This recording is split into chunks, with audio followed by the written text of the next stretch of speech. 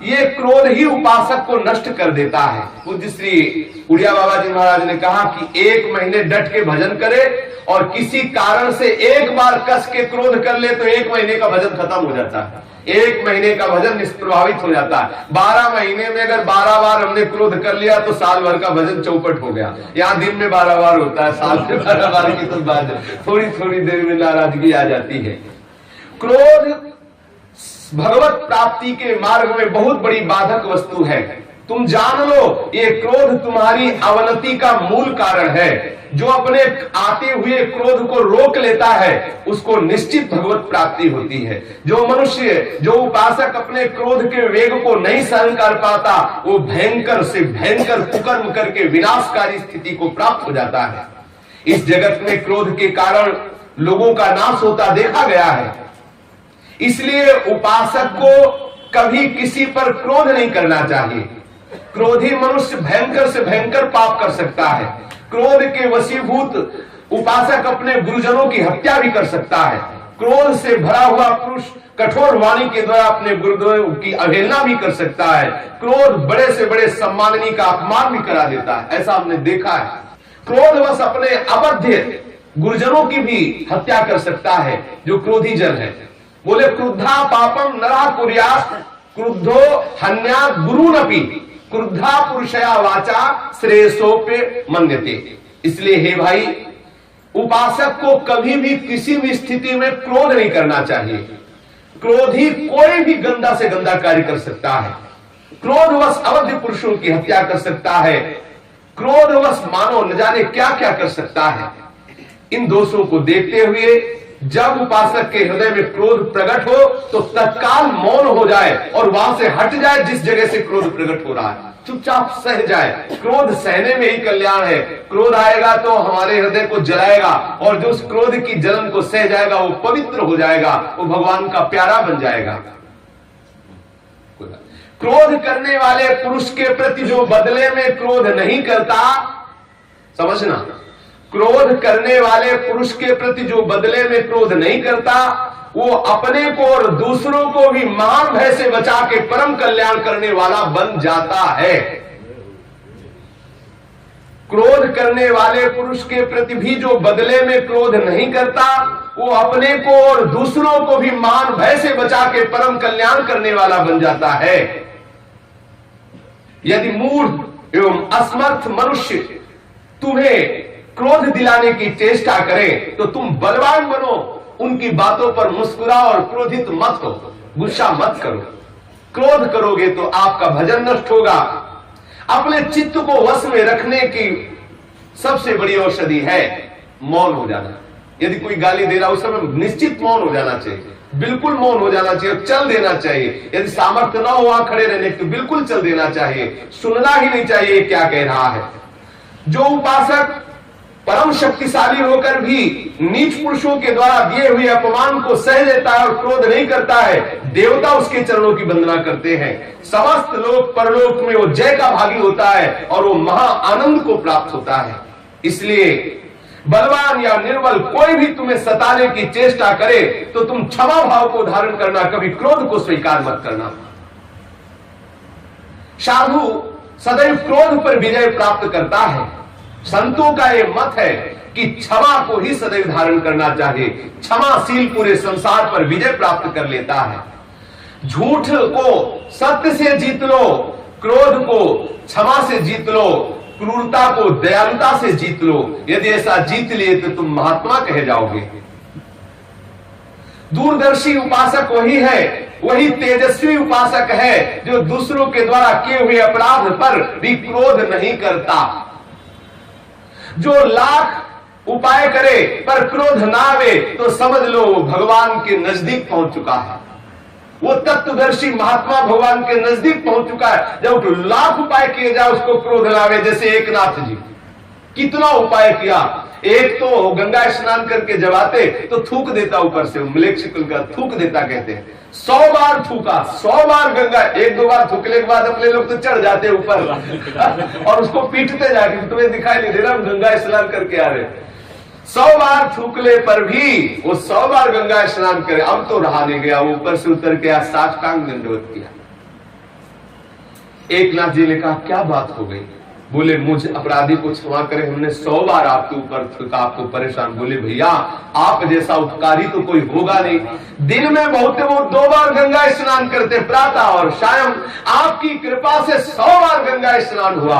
आपके चरणों में प्रणाम, आप ऐसी ही रोज कृपा किया। अब बोलो क्रोध की कई जगह है, कई क्रोध की जगह।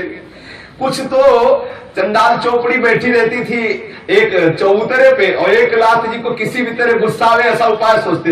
एक ब्राह्मण आया, बोले हमारे को कुछ रुपए की आसक्ति। बोले 200 रुपया देंगे, जाओ एकनाथ जी को गुस्सा दिला दो बस उनको। बोले अभी जाते जाते गुस्सा, वो जूता पहले उनके पूजा गृह में चले गए।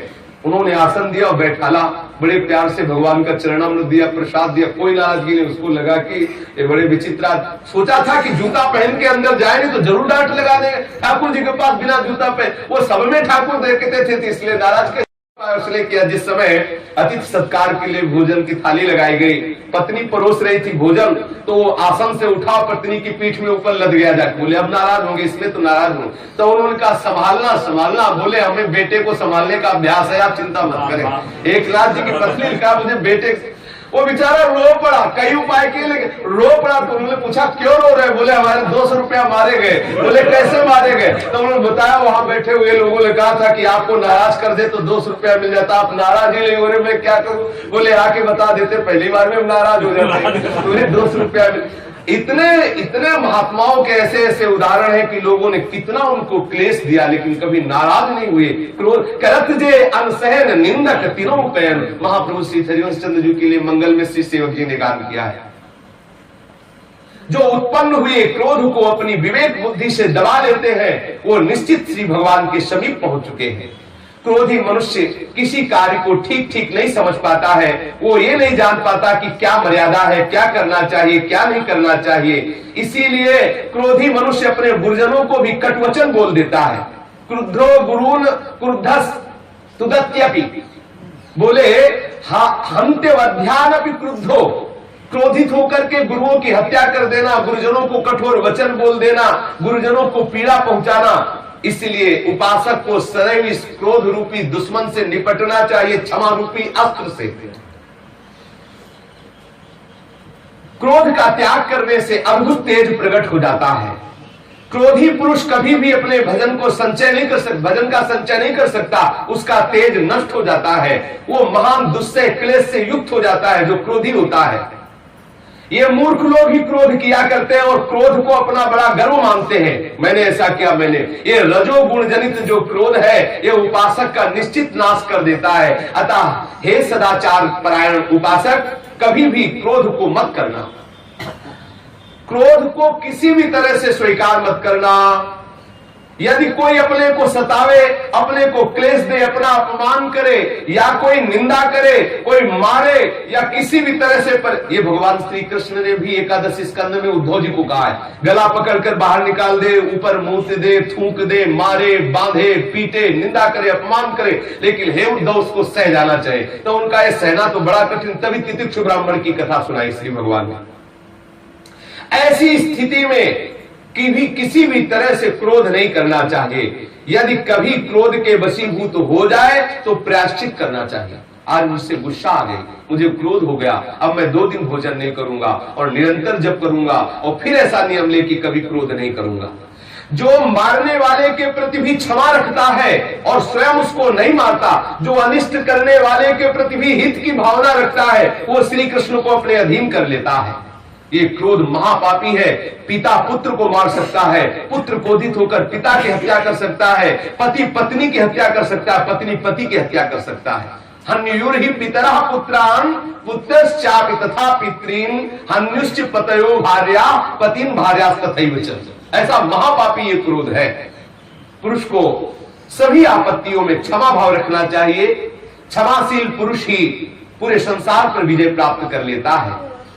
जो बलवान पुरुष होकर के भी दूसरे के द्वारा दी हुई गाली को सह जाता है और क्षमा कर देता है, जो अपने क्रोध को काबू कर लेता है, वो मानो पूरे विश्व को विजय प्राप्त कर, पूरे विश्व को विजय कर लिया, जीत लिया, अपने अधीन कर लिया। प्रभावशाली वही है जो कभी क्रोध न करे। ध्यान देना, सत्संग है, ये जरूर जीवन में धारण किया जाए। जो क्षमाशील है वही सबसे बड़ी यज्ञ कर लिया, जो क्षमाशील है वही ब्रह्मवेत्ता है, जो क्षमाशील है वही तपस्वी है, जो क्षमाशील है वही भगवान का परम भक्त है। अर्थात जो क्रोध नहीं करता वही यज्ञवेत्ता है, जो क्रोध नहीं करता वही ब्रह्मवेत्ता है, जो क्रोध नहीं करता वही तपस्वी है, जो क्रोध नहीं करता वही भक्त है। कबहू कहो या रानी रहोंगो, श्री रघुनाथ कृपाल कृपाते साधु स्वभाव गहोंगो। आगे आया परुख वचन अति दुसा श्रवण सुनते पावक न दहोंगो। चाहे जितना कोई कड़ुआ बोले लेकिन हम बुरा नहीं मानेंगे। साधक को सदा क्षमा का आश्रय लेना चाहिए। जिस समय साधक सब कुछ सहन कर लेता है उसी समय वो ब्रह्म भाव को प्राप्त हो जाता है। ये देख लो, क्षंतव्यमेव सततम पुरुषेण विजानता, यदा हि क्षमते सर्वं ब्रह्म संपद्यते तदा।